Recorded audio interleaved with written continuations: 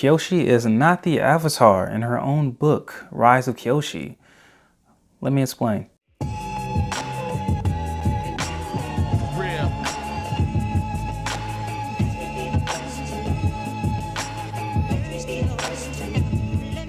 Alright, we got some great information today about the upcoming novel, Avatar, Rise of Kyoshi, from an interview from IO9. We got some information about the story plot, the antagonist, our new team Avatar, and exactly who is the Avatar. First off, we got a quick comment from Michael DiMartino, the co-creator of Avatar: Last Airbender and Legend of Korra.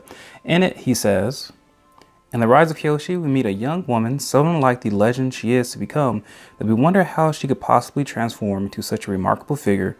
She's not a great earthbender. People don't even believe she's the Avatar at the start of the book." Now, right off the bat, I think that is a great story element to it. I mean, everyone revered Avatar Kyoshi as like the most merciless, bloodthirsty Avatar there is, who was willing to do absolutely anything to maintain peace and balance in the world. And to find out that she wasn't even known as the Avatar at first is pretty remarkable. To find out that she really wasn't even a strong earthbender, I mean, it's gonna be a huge character change, go from that to the Avatar we know and love and some fear. This interview also includes an excerpt from the upcoming novel where we get introduced to our main antagonist and the team Avatar.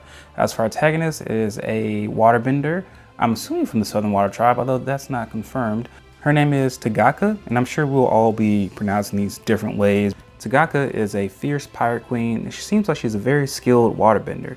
I mean, the way that they describe her bending prowess is very remarkable, how she can easily take out an airbender's glider with just all the tiniest of shards. She also seems to be kind of leading this fifth nation. So you have your four nations, the air nomads, the water tribes, the earth kingdom, and the fire nation. And then there's this nation called the fifth nation. And she has like a whole armada of ships, and she sounds pretty cool. And we do have a new team Avatar, which that's interesting because they think this character named Yun is the Avatar. He's an earthbender, and that's pretty much all we know of him. And it seems like Takaka is trying to capture him. She does successfully capture him in this excerpt, and you're not exactly sure why. She says that he is more valuable to her as a hostage than an Avatar. And then in Team Avatar, we have Rangi and Hiran. They seem like a mother-daughter firebenders. Kelsang is an air nomad. Not sure if he has his tattoos or not, but he or someone, I assume it's him, does own a flying bison, and his name is Ping Ping. That being said, another earthbender does accompany them and seems very skilled at flying this flying sky bison. His name is Jianzu. Jianzu's earthbending style seems to be a lot different from other people.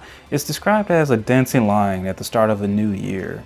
Seems to be a lot more fluid, I think. I mean, the way he rides that sky bison maybe has a little bit more airbending in him. One of the things I liked about reading from this is that it seems like it's a lot more grounded in reality. Characters seem to be a little bit more ruthless. The narrator describes the main antagonist as wanting to take her sword in between someone's ribs. Like, that action has not ever been done or hinted at in the cartoons, or even the comic books for that matter. I am a little disappointed that it is just a narrator on top narrating it.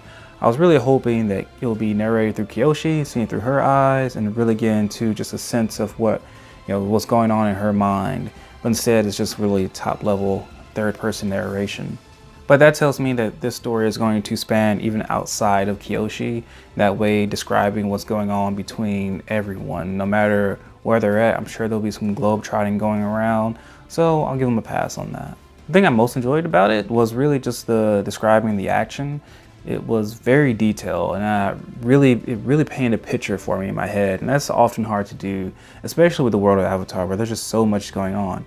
I mean, there was this one frame where they were mentioning Yun, and he was fighting Tagaku, and how he punched a stone tablet, and immediately the rock just formed around his fist, and it was just in time enough to catch the sword that Tagaku was about to strike him with. I could imagine that so vividly. So at a certain point, Tagaku captures Yun, the Avatar, and Kyoshi is left fighting her, but they're trapped on an iceberg, and Kyoshi has no earth to bend. And Kyoshi says, I'm going to stop you. But she replies back, with what? So did Kyoshi go into the Avatar state here? It's described as, she was suddenly gripped with the overwhelming sensation that right now, in her time of desperate need, her voice wouldn't be alone. Her hands felt guided. She didn't fully understand, nor was she completely in control, but she trusted. Kyoshi braced her stomach, filled her lungs, and slammed her feet into the crowding bridge stance. Echoes of power rippled from her movement, hundredfold iterations of herself stamping on the ice. She was somehow both leading and being led by an army of benders.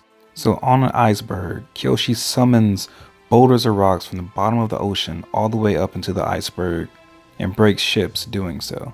It's definitely reminiscent of the Avatar state, although I don't think it is the Avatar state because they don't describe glowing eyes unless the author just really don't know about the Avatar all that much. But I'm sure Michael DiMartino really helped out a lot on this. But it's not uncommon for the Avatars to make their presence known or at least lend some of their power without the Avatar state. I mean, we've seen it with Kyoshi herself in her own trial. Aang's eyes didn't glow, and neither did Kyoshi's. But I think they describe at least the Avatars lending their power to Kyoshi very well, without it being blatantly obvious that she is the Avatar. So I think that was a really good job. After Kyoshi does his great feat, we hear someone say, "You did good, kid." I'm assuming this is Avatar Korok. It'll be really interesting to see him as a mentor because he is honestly one of the worst avatars in history, and that's the Avatar Roku. All in all, this just excites me even more for the Rise of Kyoshi novel. I will be buying it day one, and I can't wait. All right, let me know what you think about the story, think about the characters. That's it. Sincerely, thank you for watching. I'm out.